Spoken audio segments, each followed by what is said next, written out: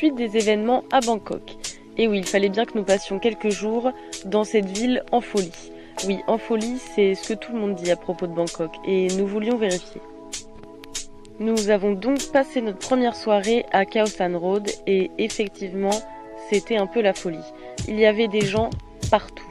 Des gens qui courent, qui dansent, qui boivent, qui se font masser, qui se font tatouer.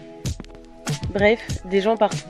Alors, on se pose, on boit une bière, on mange un pad thaï et on s'imprègne de l'ambiance. Le lendemain, shopping au programme.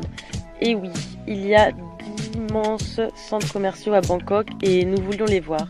De plus, nous avions quelques objectifs d'achat technologique. Un petit PC pour moi, pas trop cher, réparer l'écran de mon téléphone et trouver une nouvelle batterie externe. Et oui, puisque la dernière nous a lâché à Koh Rong. Nous prenons donc le bateau, direction le port central pour rejoindre le métro qui lui nous emmènera au quartier des grands centres commerciaux.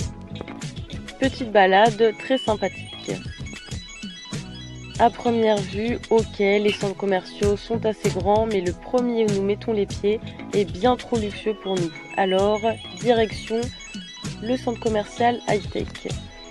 Vous connaissez ma capacité à prendre des décisions, on y a passé la journée. Et on a même fini cette journée shopping par un petit costume sur mesure pour Clément. Le lendemain, on revient aux visites un peu plus cultues et on se dirige vers le Wat Pho, temple extrêmement connu de Bangkok. Et je dois dire que nous avons été agréablement surpris. 1. Pas trop cher. 2. Magnifique. 3. Pas si blindé. 4. Il a fait très beau. Et 5. J'ai eu l'honneur de porter une toge verte magnifique pour rencontrer le plus grand Bouddha allongé du monde. Nous avions prévu de visiter aussi le palais royal, mais bon, bien trop cher et on est arrivé une demi-heure avant la fermeture, ça valait pas le coup.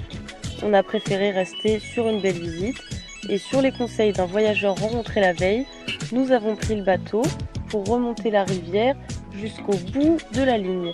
Au fur et à mesure, tous les touristes descendaient et nous nous sommes retrouvés uniquement avec des locaux comme annoncé.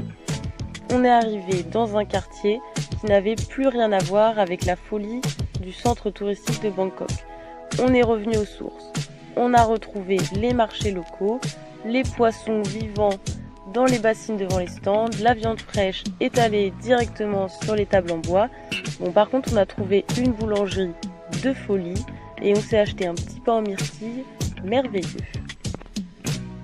C'est comme ça que nous avons fini en beauté notre séjour à Bangkok et maintenant direction Phuket pour retrouver ma sœur.